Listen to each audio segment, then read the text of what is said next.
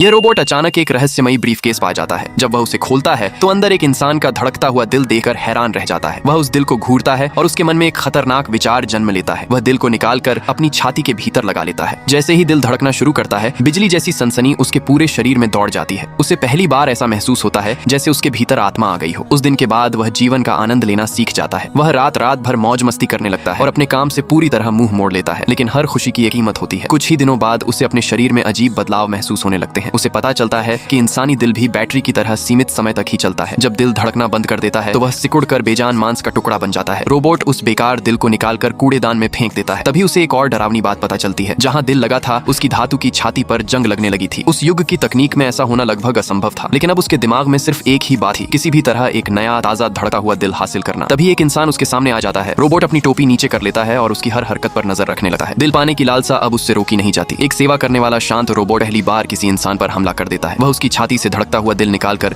बिना झिझक अपने शरीर में लगा लेता है। जीवन की ऊर्जा फिर से उसके हर पुर्जे में दौड़ जाती है। उसे लगता है कि वह दोबारा जन्म ले चुका है। उस दिन के बाद उसका असली राक्षसी स्वभाव सामने आ जाता है। अब वह हर अपराध करने लगता है, सिर्फ इसलिए कि उसके भीतर लगा दिल धड़कता रहे। लेकिन पता नहीं क्यों हर नया दिल पहले से भी जल्दी खत्म होने लगता है। जैसे ही उसकी धड़कन धीमी पड़ती, वह किसी नए शिकार की तलाश में निकल पड़ता। अब इंसानों की जान उसके लिए किसी घास फूस से ज्यादा मायने नहीं रखती थी। जिंदा होने का भ्रम बनाए रखने के लिए वह हर दिन और भी पागल होता चला गया। आखिरकार उसने पूरे शहर के लगभग सभी इंसानों का सफाया कर दिया। चारों तरफ सिर्फ आग, धुआं और राख बची थी। अब वह फिर से एक साधारण रोबोट जैसा दिखता था, लेकिन यह उजड़ा हुआ शहर उसी की बनाई हुई कब्रगाह बन चुका था। उसका पूरा शरीर खून से लथपथ था और उसके कदम धीरे धीरे रुकने लगे थे। फिर भी उसके दिमाग में बस एक ही सवाल घूम रहा था, एक और धड़कता हुआ दिल कहाँ मिलेगा। वह मुर्दा घर पहुंचता है, लेकिन मरे हुए लोगों के दिल अब नहीं धड़कते थे। पागलपन में वह सड़े गले दिलों को भी अपनी छाती में लगाने लगता है, एक के बाद एक। लेकिन उसे फिर कभी वैसी अनुभूति नहीं होती। उसकी लोहे की त्वचा पर जंग फैलने लगती है। उसके जोड़ एक एक करके जाम हो जाते हैं और आखिरकार उसके भीतर लगा आखिरी दिल भी हमेशा के लिए धड़कना बंद कर देता है। राख के उस सुनसान मैदान के बीच वह हमेशा के लिए खड़ा रह जाता है। उसकी आंखें खुली रहती हैं, लेकिन उसका शरीर फिर कभी नहीं हिलता।